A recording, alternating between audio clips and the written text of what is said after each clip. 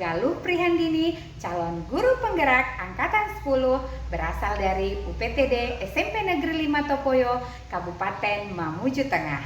Pada kesempatan kali ini, saya akan mewawancarai dua kepala sekolah tentang bagaimana cara pengambilan keputusan dalam kasus dilema etika.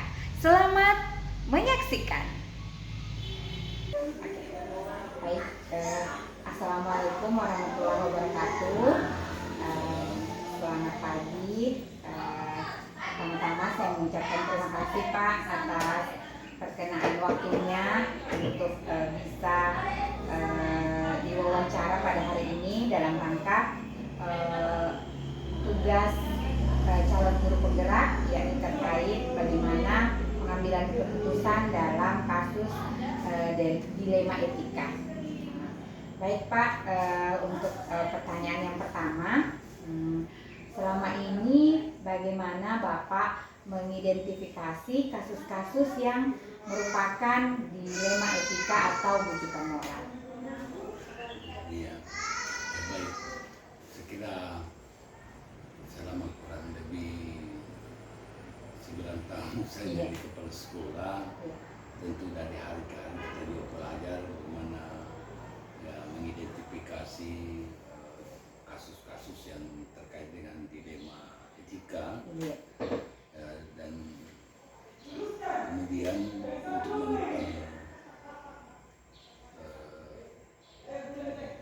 memberikan ilmu itu membuat saya biasa banyak bergabung di ada LPK Learning Academy yang dipimpin langsung oleh Muhammad Sahidi, dan kita di coaching di sana situ. Agak kurang efektif saya mengikuti, sehingga dari waktu ke waktu kegiatan coachingnya itu biasa kadang saya ikuti, kadang tidak. Padahal ini sangat penting sebenarnya, apalagi dalam kaitannya dengan bagaimana mengambil keputusan dalam awal menyelesaikan masalah, khususnya di dilema etika ini. Iya. Tapi yang jelas bahwa yang saya lakukan selama ini sebagai kepala sekolah, tentu dilema etika itu tentu kita data dulu baik-baik, kita pelajari dulu sebelum itu pengambilan kesimpulan. Ya, itu yang saya lakukan. Nah, kebijakan seorang pemimpin kan memang sangat menentukan. Betul. Ya, menentukan bagaimana supaya sekolah itu tetap berjalan secara kondusif. Ya. Iya, betul. Jadi banyak kasus-kasus memang yang terjadi dalam sekolah, kita tidak bisa dipilih, baik itu kasus dilema etika yang terjadi di guru-guru itu sendiri, maupun yang terjadi di kalangan anak didik kita, siswa. Itu sering terjadi, termasuk perkelahian, itu dilema etika di dalamnya, karena ada guru misalnya yang menyatakan bahwa si A ini benar, lalu si B ini salah. Padahal sebetulnya kalau setelah kita pelajari kasusnya, ternyata dua-duanya salah, dua-duanya benar. Tidak bisa ada yang kita salahkan dan keduanya. Intinya harus kita perbaiki dua-dua, tapi bagaimana cara kebijakan kita dalam menyelesaikan itu sehingga tidak ada dari kedua anak itu yang merasa ada yang dikucilkan, ada yang kita ini jadi harus sama. Jadi seperti itu cara saya mengidentifikasi. Jadi kita memang kumpulkan dulu masalah itu, kita pelajari, jangan langsung diselesaikan seketika itu. Betul. Ya, minimal ada berapa menit kah, 2 menit, bukan berarti mengambil beberapa hari, tidak. Bisa hari itu saja kita selesaikan, tetapi kita memang harus mempelajarinya dulu, seperti ini momennya, sehingga dalam penetapan keputusan itu bisa kita memutuskan secara adil. Baik. Nah, selanjutnya Pak, selama ini bagaimana Bapak menjalankan pengambilan keputusan di sekolah? Bapak terutama untuk kasus di mana misalnya ada dua kepentingan yang sama-sama mengandung nilai kebajikan. Jadi misalnya bingung Pak, ada kepentingan yang sama, nah kita dua-duanya mengandung nilai kebajikan. Bagaimana Bapak menjalankan pengambilan keputusan itu? Dan apakah itu, saya bertanya kembali, apakah itu harus maksudnya ada yang dimenangkan, ada yang kalah. Menurut Ketika ada yang menang ada yang kalah, dia bukan lagi dilema etika Pak, tapi bujukan moral.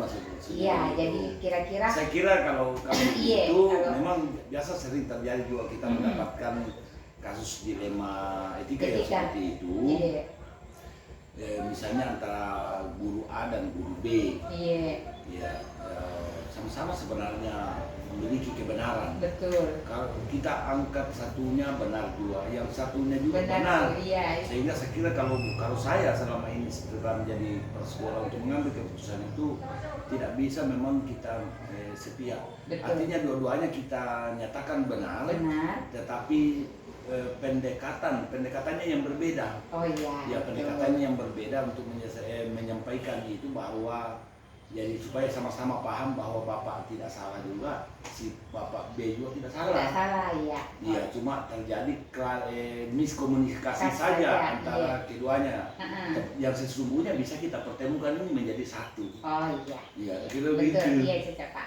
Nah, selanjutnya langkah-langkah atau prosedur seperti apa yang bisa Bapak lakukan selama ini dalam mengambil keputusan? Ada enggak langkah-langkah Kak, misalnya musyawarah Oh, Kak, iya. atau seperti apa prosedurnya? Iya, saya kira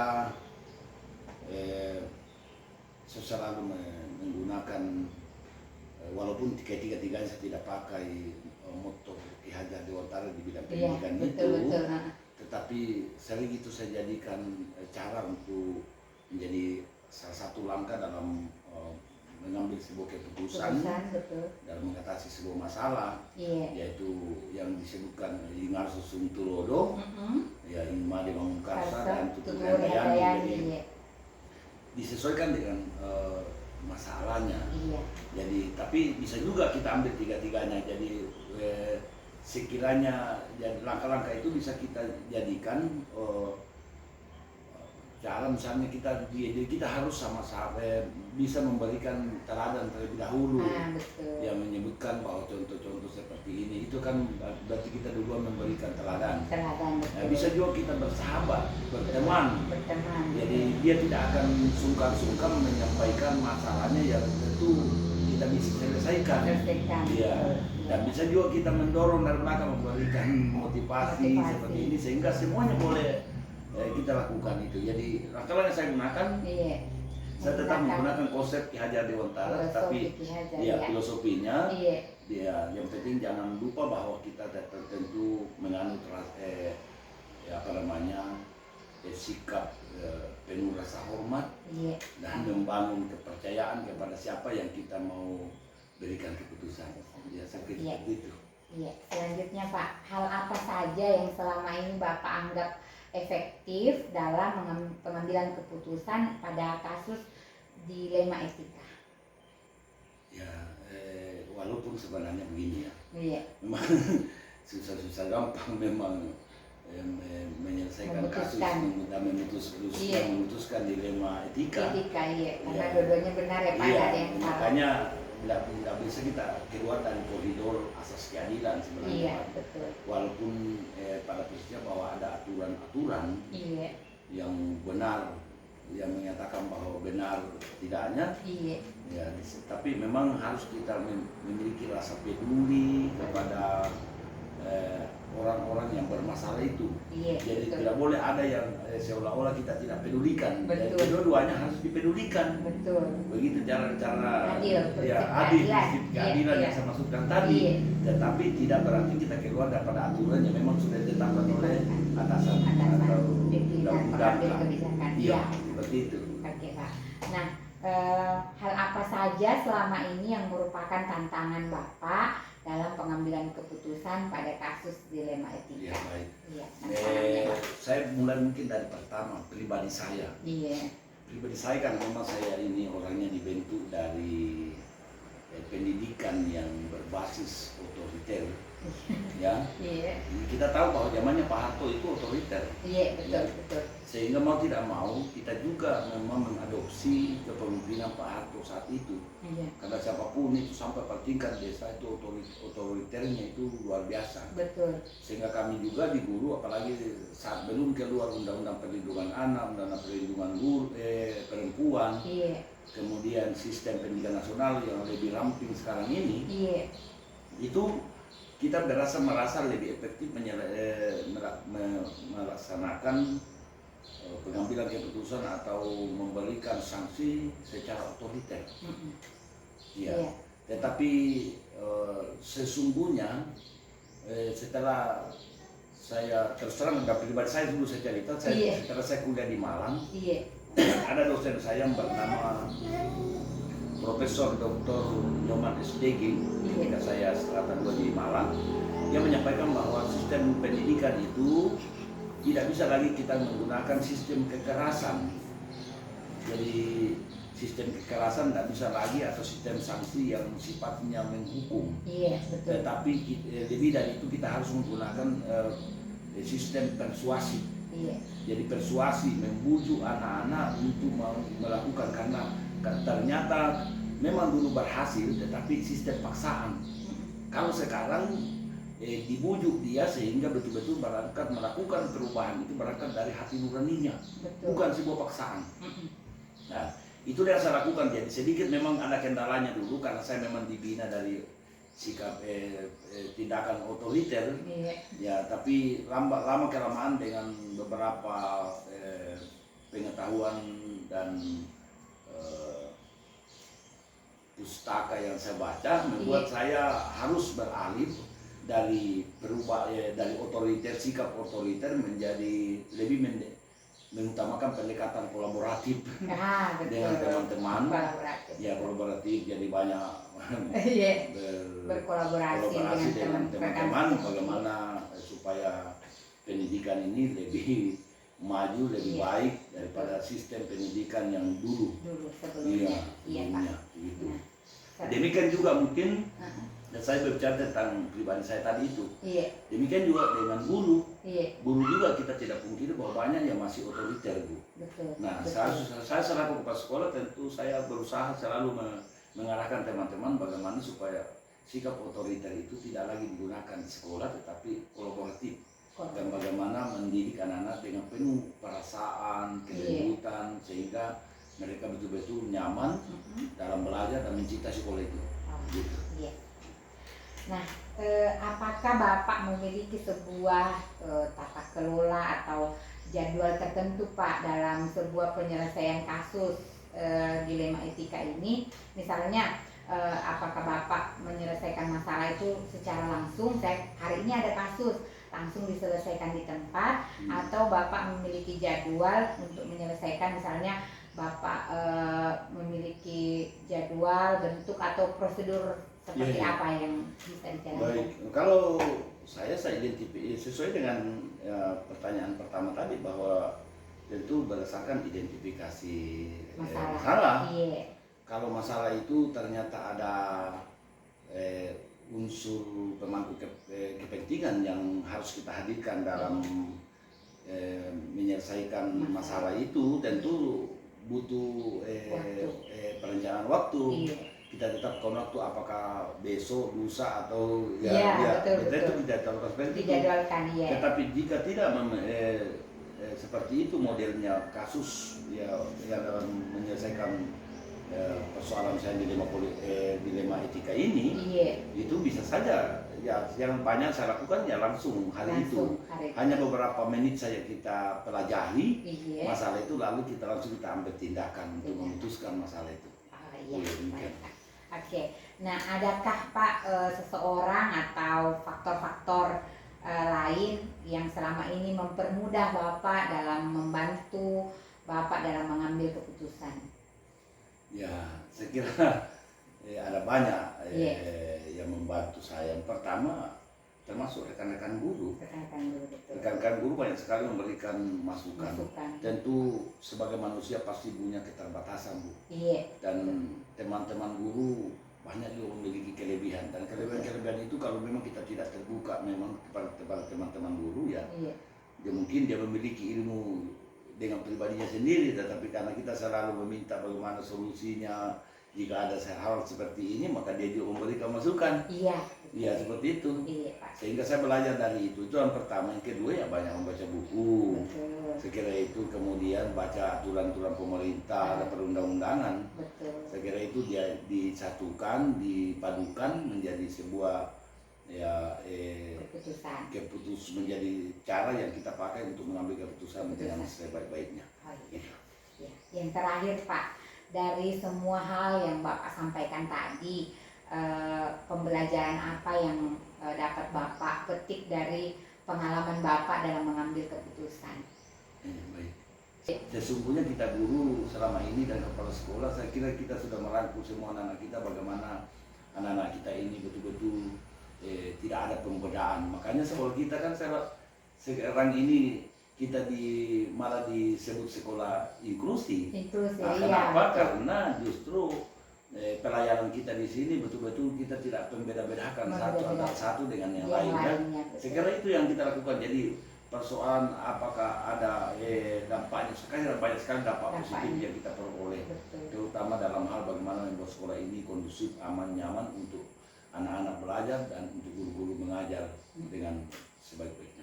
Iya, baik. Terima kasih Pak atas segala pernyataannya hari ini dan waktunya. Mudah-mudahan saya bisa mengambil beberapa kesimpulan. Ada sedikit yang saya ingin sampaikan bahwa pengambilan keputusan yang memang dengan yang saya peroleh dari belajar dari bagaimana mengambil keputusan etika di etika ini, saya kira luar biasa memang pengalamannya, karena dalam mengambil juga keputusan dengan belajar ini, maka keputusan kita juga pasti akan etis dan berbasis nilai-nilai kebijakan yang sangat penting dalam peran kita sebagai pemimpin, harusnya dalam pembelajaran. Saya kira itu semua, sehingga luar biasa memang manfaatnya bagi sekolah kalau kita melaksanakan seperti itu.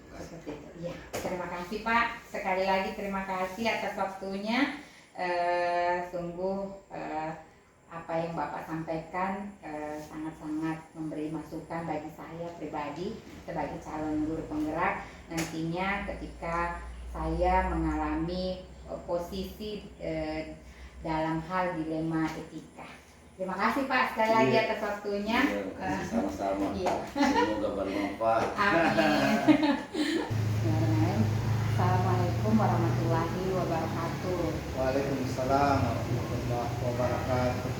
Baik Pak, terima kasih atas kesediaannya untuk menyempatkan waktu dalam rangka wawancara tugas calon guru penggerak modul 31 tentang bagaimana pengambilan keputusan dari kasus dilema etika. Kita ngobrol santai-santai saja ya Pak. Oke, baik. Bagaimana kira-kira Pak selama ini Bapak mengidentifikasi kasus-kasus yang merupakan dilema etika atau bukan moral? Nah, maksudnya apakah Bapak mengidentifikasi ini termasuk dilema etika atau bukan moral? Bagaimana Bapak mengidentifikasi kasus tersebut? Jadi terima kasih atas pertanyaan. Jadi untuk mengidentifikasi tentang kasus bukan moral dan dilema etika, maka ada beberapa hal yang harus kita perhatikan. Yang pertama mengenai masalah kasusnya itu sendiri, saya harus identifikasi kalau dia masuk dalam bukan moral, artinya yang bisa berdampak kepada pribadi saya yang bersifat negatif, maka itu saya katakan bahwa itu adalah bukan moral. Yang kedua, kalau persoalan dilema etikanya adalah mengambil suatu keputusan yang bisa berdampak kurang kritis terhadap pembangunan pendidikan di mana saya bertugas. Ya, jadi Bapak mengidentifikasi itu kalau dilema etika semuanya benar ya Pak. Jadi Bapak bingung, misalnya saya ambil keputusan A benar, Tetapi keputusan B juga benar. Iya. Tetapi kalau rujukan moral itu ada efeknya ya Pak ya. Iya. Ketika Bapak tidak mengambil keputusan yang tepat, tentunya ada efek Iya. dari keputusan itu. Oke, baik. Selanjutnya, selama ini bagaimana Bapak menjalankan pengambilan keputusan di sekolah, terutama untuk kasus di mana ada dua kepentingan yang sama-sama mengandung nilai kebajikan. Nah, kalau berkaitan dengan pengambilan keputusan atau kebijakan di lingkungan sekolah itu, Iya. berkaitan dengan dilema etika dan semuanya ada dua kepentingan yang sama pentingnya. Iya. Maka pertama yang saya lakukan adalah memanggil teman-teman untuk merapatkan, kalau ini sifatnya kepentingan sekolah, membicarakan hal-hal yang mana harus kita ambil karena dua-duanya harus jalan. Nah, kalau umpamanya ada kepentingan yang bisa diwakilkan kepada teman, maka teman yang bisa diwakilkan satu, ya satu saya jalankan. Jadi juga sebaliknya, kalau umpamanya kepentingan itu saya harus yang eksekusi atau yang saya jalankan, minimal saya pilih dulu satu saya jalankan. Gitu ya Pak. Ya. Jadi ketika ada dua kepentingan yang sama dan sama-sama mengandung nilai kebajikan, Bapak menyelesaikannya satu persatu, Iya. misalnya dengan jalan musyawarah terlebih dahulu seperti itu ya Pak ya. Oke, baik. Selanjutnya langkah-langkah atau prosedur seperti apa yang Bapak bisa lakukan selama ini? Kalau berkaitan dengan problema atau dilema etika yang terjadi di sekolah, langkah yang saya lakukan itu tidak lepas dari proses musyawarah bersama teman. Karena saya memandang bahwa segala kepentingan atau segala keputusan yang saya ambil harus melibatkan semua stakeholder yang ada di sekolah. Karena kalau umpamanya teman-teman yang ada di sekolah bisa memberikan masukan, bisa memberikan pertimbangan dan kita putuskan secara bersama, maka itu dampak positifnya jauh lebih besar dibandingkan yang memiliki keputusan sendiri. Itu langkah yang pertama. Dan yang kedua, kalau ada keputusan yang kami sudah putuskan bersama rekan-rekan di sini adalah bagaimana ada evaluasi atau pikir kembali bersama teman-teman untuk melihat lagi keputusan itu. Jadi kira-kira Pak, hal apa saja yang selama ini Bapak anggap bahwa ini efektif dalam pengambilan keputusan pada kasus dilema etika? Kira-kira apa? Nah, berkaitan dengan kasus dilema etika, kemarin yang saya alami di sini salah satu contoh kasus saja berkaitan dengan keputusan atau kebijakan dari teman-teman kepala sekolah yang minta pendapat saya tentang kenaikan kelas. Kenaikan kelas. Ada teman-teman mengatakan naik, ada yang mengatakan tinggal kelas. Nah, tetapi dengan proses musyawarah yang dilakukan di sini, hanya diambil suatu kesepakatan atau keputusan yang berdampak baik terhadap sekolah. Yang kedua, berkaitan dengan dilema etika, yang saya putuskan tentang kedisiplinan teman-teman. Terkadang ada alasan teman, dan ini alasannya tidak tepat. Saya tidak bisa terlalu cepat datang umpamanya karena berkaitan dengan tugas saya sebagai ibu rumah tangga di rumah. Tetapi di satu sisi, saya sampaikan bahwa sebagai seorang guru harus menjalankan kesepakatan yang telah disepakati bersama rekan-rekan guru. Olehnya itu, dengan berbagai dilema etika yang terjadi seperti ini, saya mengambil jalan tengah. Jalan tengahnya itu minimal tidak kosong dalam menjalankan tugas di setiap harinya, terutama dalam mendidik siswa. Minimal ada yang hadir bergantian. Nah, itu yang saya ambil untuk mengantisipasi hal-hal yang tidak diinginkan. Tadi Bapak menyampaikan satu contoh terkait pengambilan keputusan ketika kenaikan kelas. Nah, bagaimana kira-kira Pak ketika anak yang maksudnya masuk kategori tidak naik ini, dia orang tuanya itu orang tua yang berpengaruh di desa tempat kita tinggal ini. Kira-kira bagaimana Bapak mengambil keputusan dalam hal seperti ini? Jadi berkaitan yang hal seperti itu, Iya. ada beberapa langkah yang kami lakukan di sini. Yang pertama adalah ada sosialisasi terhadap wali murid berkaitan dengan kriteria naik atau tidaknya, terutama dari sisi kehadiran. Yang kedua berkaitan dengan kehadirannya di sekolah dalam bentuk mata pelajaran, tuntas atau tidak tuntas. Nah, itu yang menjadi indikator yang kedua. Yang ketiga berkaitan dengan problem seperti itu tadi, bahwa ada yang walinya berpengaruh atau tidak. Bagi kami di sekolah, kita tidak membeda-bedakan apakah dia berpengaruh atau tidak, karena anak yang ada dalam lingkungan sekolah bagi kami sama semua. Karena statusnya aturan harus ditegakkan. Yang kedua, siapapun orangnya, kita tidak memandang apakah dia keturunan A atau keturunan B, ada statusnya sama semua. Selanjutnya Pak, hal apa saja yang selama ini merupakan tantangan Bapak sebagai kepala sekolah dalam pengambilan keputusan, khususnya pada kasus dilema etika yang seperti contohnya tadi seperti yang Bapak sebutkan? Kalau berbicara tentang tantangan tentang dilema etika, ini terkadang kita sebagai seorang pimpinan memang berat. Tetapi sebagai pemegang pucuk pimpinannya harus kita mengambil suatu keputusan. Betul. Tantangan yang pertama itu datang dari dalam diri sendiri, itu tentang hati nurani. Tetapi dalam hal implementasi kebijakan, maka hati nurani itu tetap kita pakai, tetapi harus kita mengambil pertimbangan atau keputusan bersama yang sudah disepakati. Itu yang pertama. Yang kedua, tantangannya adalah terkadang ada kebijakan yang kami sudah terapkan, tetapi tidak mendapat dukungan secara full dari apakah dari wali murid atau dari guru dan sejawat yang tidak bisa memberikan support secara penuh.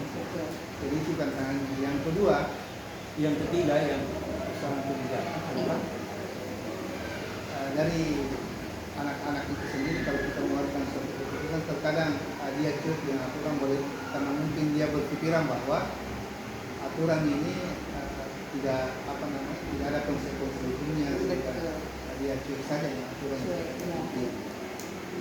Iya, itu ya Pak.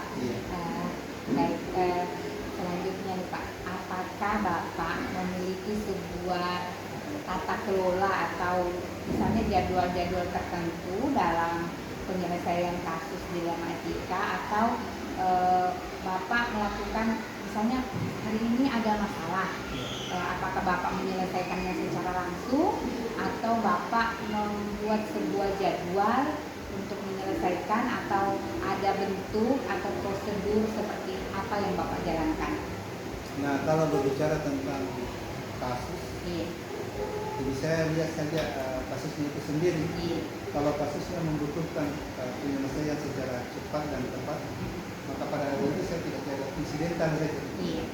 Langsung ya Pak. Umpamanya, mohon maaf kalau umpamanya ada siswa yang berkelahi, umpamanya ada siswa yang terlambat umpamanya, langsung saya tangani.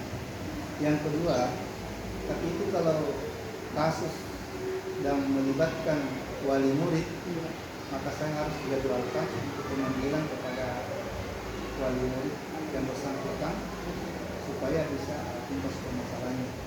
Begitu juga kalau di kalangan guru, namanya ada persoalan-persoalan kebijakan yang harus kita kerjakan. Saya harus tentukan jadwalnya, karena ini sifatnya kolektif. Kolegial begitu ya Pak ya. Karena tidak bisa kita memutuskan persoalan kalau umpamanya tanpa direncanakan yang baik, terutama teman-teman. Dan di sini alhamdulillah setiap persoalan itu di setiap minggunya, satu minggu itu memang ada waktu jadwalnya untuk menyelesaikan persoalan itu di setiap hari Sabtu. Setiap minggu kita evaluasi, mulai berjalan hari Senin, Selasa, Rabu, Kamis, Jumat. Di hari Sabtu itu kita berefleksi untuk menyelesaikan persoalan. Berarti setiap wali kelas apa kendalanya selama 1 minggu disampaikan di rapat itu dan dicarikan solusi bersama. Apa kekurangannya yang perlu diperbaiki dan apa yang kedepannya mau dilakukan, seperti itu ya Pak ya. Bagus sekali. Selanjutnya Pak, adakah seseorang atau faktor-faktor apa yang selama ini mempermudah atau membantu Bapak dalam mengambil keputusan? Nah, kalau hal pengambilan keputusan, karena kami di sini kan selalu berbicara kolektif kemudian, maka pengaruh dari orang dari luar itu di luar sekolah minimal yang berperan penting untuk pengambilan keputusan adalah yang ada di lingkup sekolah, terutama rekan sejarah. Nah, hanya kalau pemain orang di luar itu adalah penyampaian apa keputusan yang ada di sekolah baru saya sampaikan keluar. Tetapi berbicara tentang sekolah, hanya saya melibatkan teman-teman dari sekolah. Berarti misalnya ada kasus nih Pak, kemudian viral seperti itu, apakah tidak menjadi masalah ketika kasus itu dipublikasikan atau seperti apa Pak? Kalau kami di sekolah di sini harus berkaitan dengan kasus, di era keterbukaan sekarang kan tidak boleh kita menutup informasi dari luar berkaitan dengan hal untuk kemajuan pendidikan. Kami open berbicara dengan kebijakan atau keputusan yang harus kami sampaikan keluar. Kalau membangun sekolah itu kita sampaikan. Tidak masalah ya Tidak Pak? masalah. Iya.